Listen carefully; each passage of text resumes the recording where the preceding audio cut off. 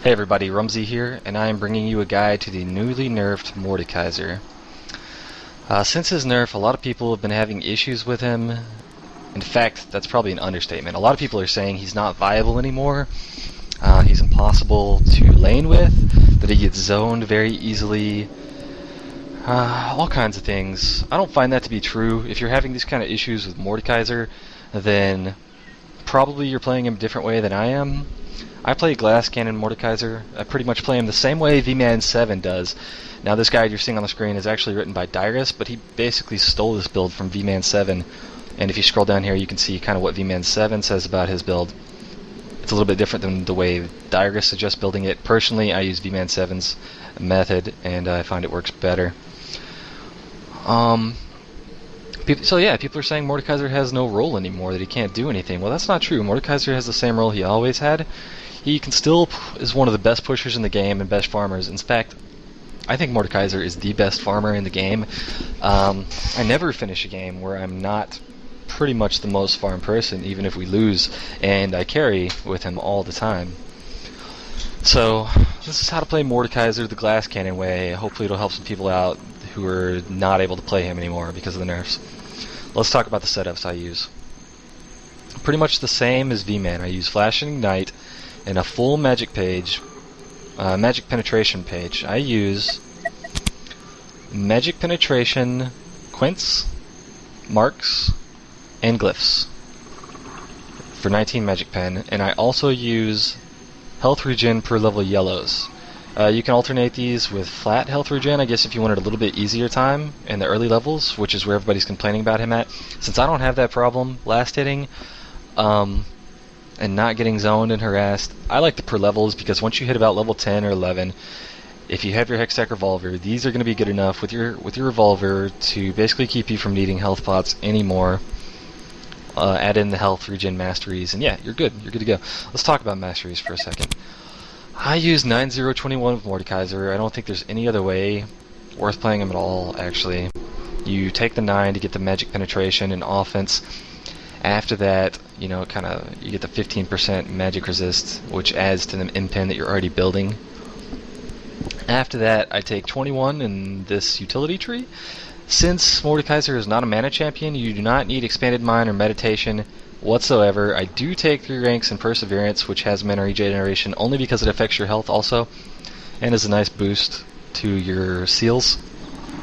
And not having to take either of these skills or any of these other random ones like Clarity and CV lets you take Gold or Greed, which is always nice to have, and pretty much max out everything else that you are taking. So you're getting the most out of this tree that you can, more than other casters could that have to deal with mana. Let's talk about item builds for a second. Let's see. Actually, let's talk about your skilling order. This is the skilling order I use, and I never change it. You start with E, take 1 Mace of Spades, go back to E, take 1 Creeping Death, and then you basically max your E. And then you do your Q afterwards, and not worrying about Creeping Death again until the end, taking your ult when possible. There's no reason to change this. This works really well, and it's the one I suggest. By the time you get level 3 E5, you should be winning your lane against pretty much anybody. I can't think of anyone who should be beating you off the top of my head. People have problems with Karthus and Cassiopeia because they have quick, spammable abilities that are area damage. And if you're not good at juking, you're going to have problems with those people. And if you are good at juking, you're not going to have any problems whatsoever. So that's just, you know, that's going to be down to the player, really. Starting items. I always start boots and 3 pots. The only alternative to this, in my mind, is pots and armor, if you know you're going to be laning against Urgot mid or something like that. And that's one of the few very rare situations where I'll take armor, like a Urgot. Who else? You know, maybe just Urgot. The AP Tomb and a pot, I never take that. I guess that's for early rushing Hextech Revolver. Never take this. It's better to get your Sork Treads first than the Revolver, pretty much all the time anyway. And so I always start with boots and 3 pots. That's what you should do too. After you get your boots and 3 pots, you're probably going to be able to be and buy your Sork Treads and then 5 more pots. That's what you want to do every time. The only alternative to this is if you get pushed out of your lane. If you get pushed out of your lane because you were getting zoned, or because you were starting exchanges that you shouldn't have been doing because you weren't focusing on farming, or if the enemy in mid is super aggressive and maybe they flash stunned, ignited you, and you barely got out or something. Or if they had an early jungle gank and for some reason you had pushed your lane too far before 6, you weren't last hitting properly, you weren't staying in the middle of the lane, and basically you weren't controlling your waves the way you should have been. Those are the 3 scenarios. 2 of them are your fault, 2 of them you couldn't help, but either way you had to go back to base and you only have between 400 and 700 gold, so you don't have enough to buy your sword treads. In that case, it's acceptable to buy an AP tomb and 5 pots. No matter what, you want to get 5 pots if you can on your first B. If you can't afford them, buy as many pots as you can. 4 pots, 3 pots, plus your AP tomb or your sword treads. Now your second buy, if you already have your sword treads, you're just going to want to buy more AP tombs and pots. Always try to keep 4 to 5 pots on you until you finish your Hextech Revolver, at which point you only need 1 to 2 pots. Depending on how late in the game it is. If it's really late, you don't need any pots. If it's still early, you just got it, you might as well have a pot or 2 just in case something goes wrong. They're nice to have. So your sword treads and your revolver, the first 2 items always, you never change the order up, you never start building Death Cat before you get your revolver, sheen, nothing. Just your revolver and your sword treads are the primary things. I don't ever take Ionian Boots of Lucidity.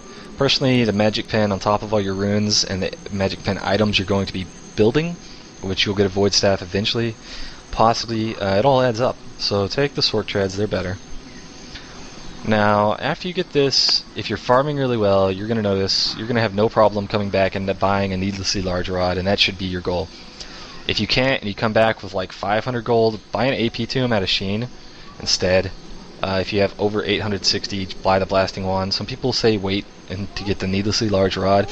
I say if you're going back and you can't afford the rod and you only have like 900, buy the Blasting Wand. You're going to be out in lane long enough. You don't have mana, so you can stay in lane long enough after you buy the Blasting Wand to stay out there and come back for the needlessly large rod later. It's not going to cost you anything, so do that. If you can't, buy the AP tomb, but never buy the crystal sapphire here thing and for Sheen, unless you can afford the whole Sheen. And really, if you can afford the whole Sheen, then you can afford a Blasting Wand and buy that instead. Don't get the Sheen unless you're just getting raped. Try and get a Blasting Wand or needlessly large rod. And leave the AP tomb in your inventory too, it's still nice.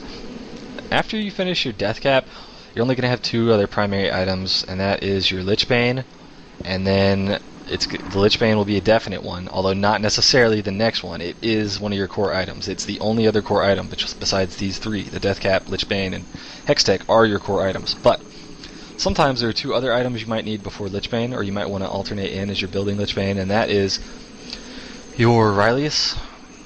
If you seem to need more defense, buy Rylius, buy an HP belt first. Before you finish this. You can build Sheen, you can build Lich Bane in any order you want. Sheen or Blasting Wand first. Save the magic resistance for last, you won't need that. Like I said, the other 2 alternatives are Rylius and Abysmal Scepter.